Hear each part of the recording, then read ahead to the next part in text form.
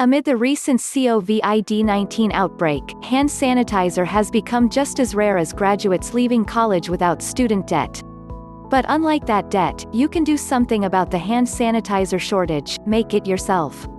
People have flooded pharmacies, supermarkets, and other stores to get their hands on the bacterial-killing solution. Luckily, the ingredients aren't as impossible to find.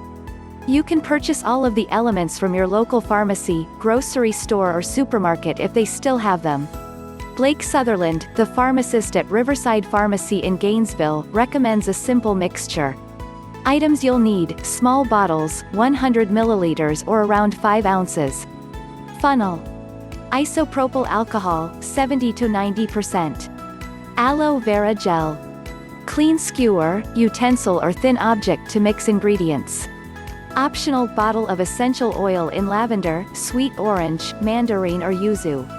How to prepare hand sanitizer. Sutherland recommends filling 75% of the bottle with isopropyl alcohol.